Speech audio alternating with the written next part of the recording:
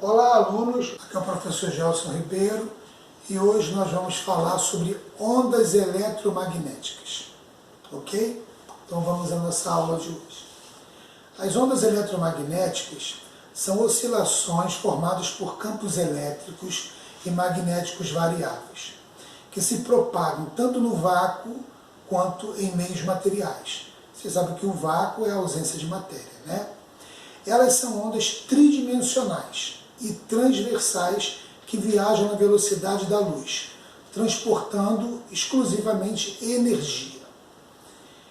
Elas apresentam-se na forma de ondas de rádio, micro-ondas que vocês têm em casa, infravermelho, luz visível, luz ultravioleta, raio-x e raios gama. Isso já numa ordem crescente de frequência e energia. Mas o que são ondas eletromagnéticas? As ondas eletromagnéticas surgem com base na interação entre campos elétricos ou campos magnéticos variáveis. Elas se propagam no vácuo com a mesma velocidade que a luz, cerca de 300 mil quilômetros por segundo. Diferente das ondas mecânicas, como as ondas, por exemplo, sonoras, que são ondas mecânicas,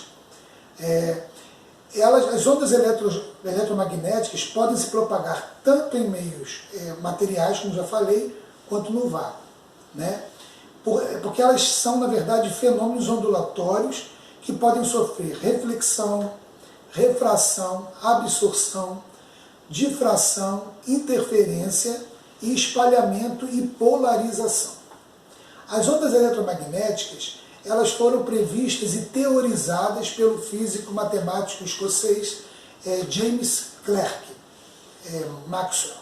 Ele unificou as equações da eletricidade e do magnetismo que já existiam em equações de onda. Okay?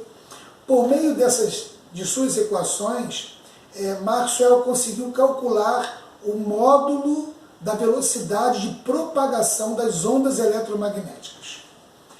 A confirmação experimental da existência de ondas eletromagnéticas, ela só surgiu cerca de 10 anos, né, depois desses experimentos, realizados pelo físico alemão H.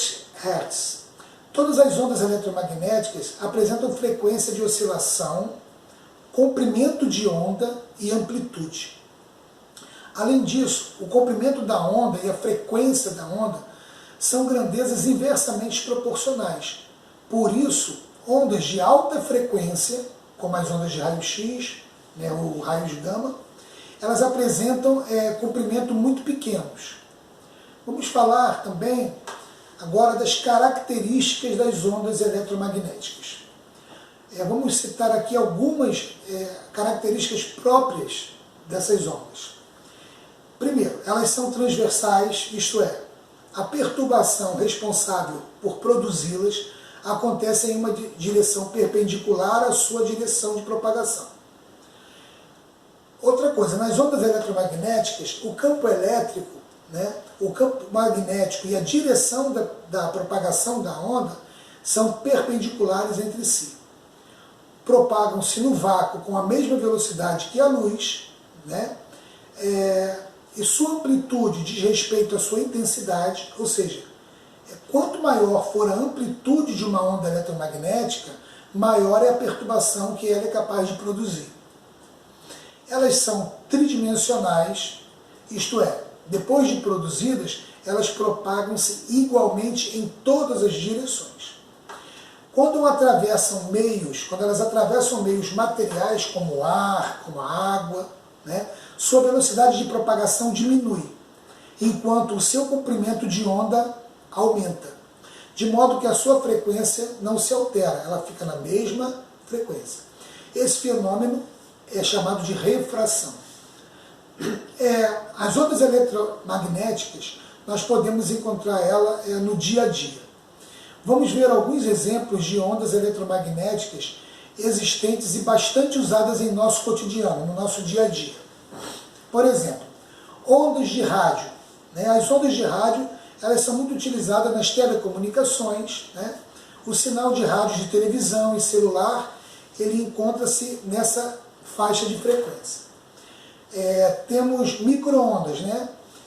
No caso das micro-ondas, elas também são muito utilizadas nas telecomunicações, por exemplo, os roteadores de internet sem fio, conhecidos como Wi-Fi, né? O infravermelho, né? Também conhecido como onda de calor, né?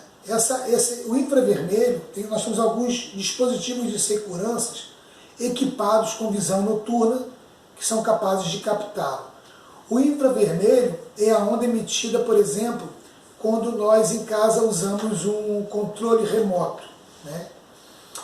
A luz visível é um outro exemplo. É a faixa de onda eletromagnética, né, que se localiza aí numa frequência entre 480 THz e 750 THz. Nós temos a onda ultravioleta, né? Após certas frequências, ela passa a ser considerada uma radiação ionizante, a ultravioleta. Isso é uma onda eletromagnética com potencial de arrancar elétrons das moléculas, ocasionando o surgimento de anomalias celulares que podem evoluir inclusive para um câncer. Por exemplo, essa frequência de onda eletromagnética é bastante utilizada por peritos criminais para a detecção de material biológico, como sangue, saliva, né? A capacidade de ionização também permite usar esse tipo de onda para a esterilização de utensílios cirúrgicos nos hospitais, como seringas e alguns recipientes que são usados em hospitais podem ser esterilizados com esse tipo de radiação. Nós temos também o raio-x, que é muito conhecido. Os raios-x eles chegam à Terra em pouca quantidade, né, devido à presença da nossa atmosfera terrestre. Essas ondas eletromagnéticas, raio-x, elas têm frequências muito altas e grande poder de penetração. Por isso, elas são utilizadas para a obtenção de imagens de ossos e articulações. Quando a gente vai num local, no médico, para bater um raio-x, né? Vou bater um raio-x, vou tirar um raio-x. Esse tipo de detecção também é feito através do raio-x, né? Também para o tratamento de tumores, por meio da radioterapia, ela também é utilizada para esse tipo de tratamento. Vamos falar também de raios gama.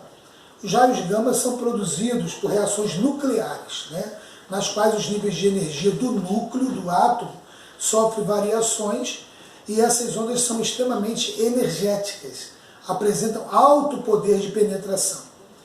Os raios gama são usados para estudos astronômicos, né, na astronomia, e para indução também de reações nucleares. Então a nossa aula de hoje foi essa. Não esqueçam de deixar o seu like, se inscrever no canal e comentarem suas dúvidas. Um beijo e até a próxima aula.